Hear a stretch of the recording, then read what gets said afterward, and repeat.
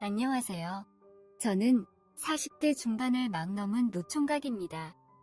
어찌어찌 살다 보니 혼자서 외롭게 살고 있네요. 혼자 사는 게 그다지 나쁘진 않지만 외롭게 생활하다 보니 일부러 그런 외로움을 채우기 위해서 술도 많이 마시고 야식도 많이 먹고 불규칙한 식습관에다가 배달 음식도 많이 먹어서 그런지 건강이 많이 나빠졌습니다. 술은 좀 괜찮은 것 같은데 특히나 야식을 먹는 게 건강에 굉장히 안 좋다는 느낌을 많이 받았습니다.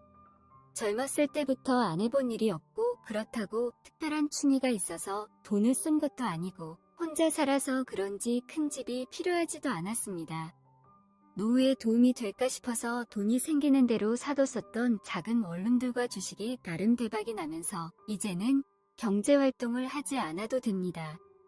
그래서 이번 기회에 다니던 회사도 그만두고 어렸을 때 살던 동네로 내려가게 되었습니다.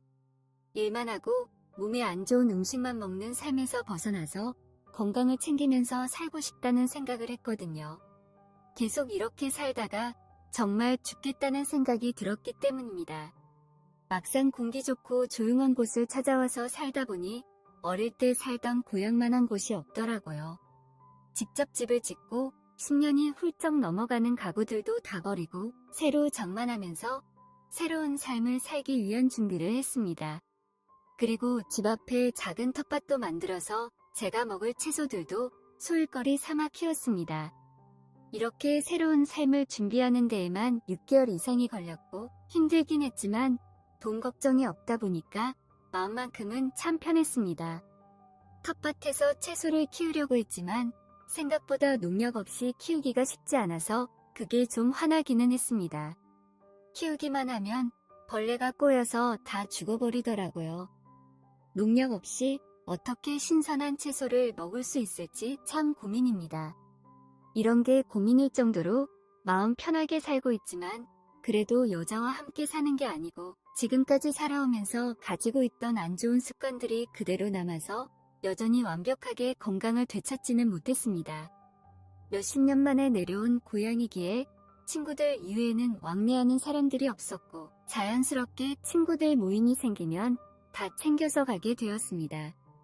생각보다 이렇게 사는 게 여유롭긴 하지만 여전히 외롭고 심심한 건 마찬가지더라고요.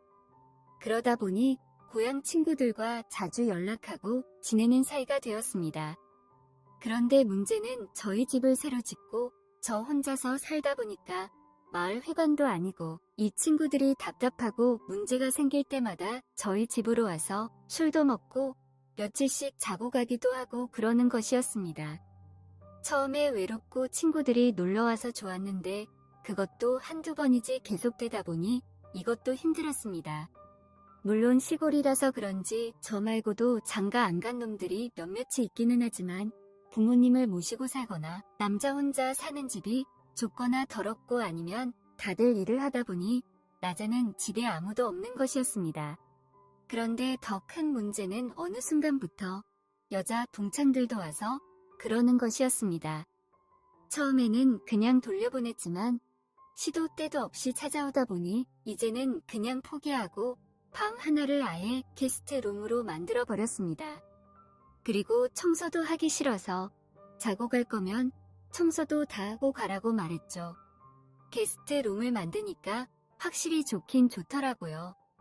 청소하라고 말해도 안 하고 가서 제가 좀 귀찮아서 돈을 받을까 생각이 들기도 했습니다. 그날도 한 여자 동창이 집에 찾아왔고 적당히 술을 한잔하면서 이야기를 들어주다가 자고 가도 되냐는 말에 저쪽 방에 다 준비되어 있으니 들어가서 쉬라고 했습니다. 방에 들어가 본 그 여자 동창은 서울 남자라서 그런지 뭔가 다르다며 친절하다는 것이었습니다. 방에 칫솔 등 각종 일회용품도 준비되어 있고 수건이랑 이불이 깨끗한 것이 무슨 호텔 같다고 하길래 저도 기분이 나쁘진 않았습니다. 그래서 친구들이 자주 놀러 온다는 상황을 설명해줬고 그러다 보니 이렇게까지 준비해놓고 살게 됐다는 말까지 하게 됐죠. 갈아입을 편한 옷을 주며 문을 닫아주고는 저는 그 친구와 먹었던 술상을 치우고 방에서 TV를 보다가 잠이 들었습니다. 다음날 아침에 일어나 보니 아침 밥상이 차려져 있었고 작은 쪽지가 남겨져 있었습니다.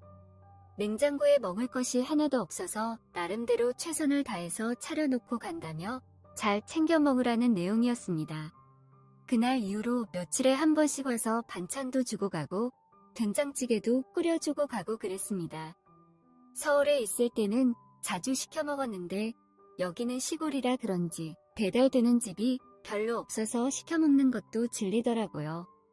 그래서 거의 계란 후라이와 김치찌개 같은 간단한 요리를 해 먹었고 쌈장에 고추를 푹푹 찍어서 먹으면서 강제로 건강식 다이어트를 하게 됐었는데 그 친구가 반찬을 해두거나 먹을 걸 가져다 주면서 정말 오랜만에 제대로 된 집밥을 먹게 되었습니다.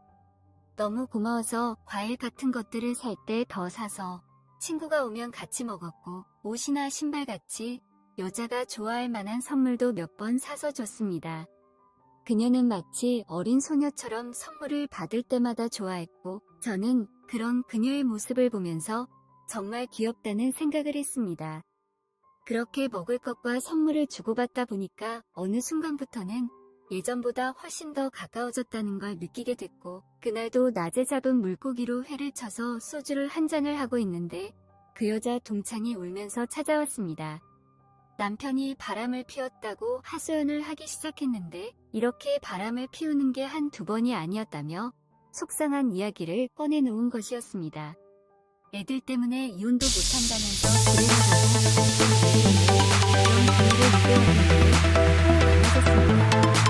그래서 그리고 술이 많이 취하게 되고 무적기에 저하고 방에 들어가줬는데 방에서 나가려니 저를 부축하니 저의 눈을 저는 고생하며 자기를 안아달라는 것이었습니다. 그러면서 제 아랫배기를 그런데 이제는 그녀가 동창의 남편은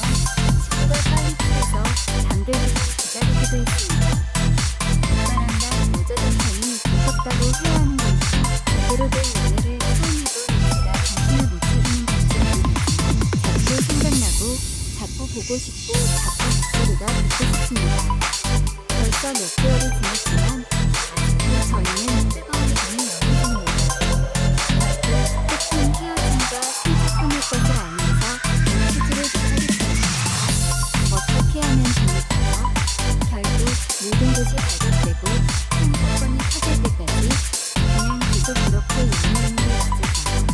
솔직히 제가 먼저 꼴을 친 것도 아니고 저도 죄책감이 딱히 없습니다. 하지만 저에게 큰 도움을 줬고 제가 좋아하는 친구를 계속해서 배신하는 기분이 들어서 좀 기분이 찝찝하긴 합니다. 욕심과 현실 사이에서 답답한 마음에 사연을 보내봅니다. 바람 피우는 사람들을 이해하지 못한다고 생각하지만 저도 모르게 어느 순간부터 누군가의 바람 대상이 되어 있네요. 세상이 원래 이런 걸까요? 아니면 다들 자기 입장에서 생각하기 때문에 이런 일이 생기는 걸까요? 답답한 제 이야기를 들어주셔서 감사합니다. 앞으로 어떻게 해야 할지 생각을 많이 해봐야겠습니다.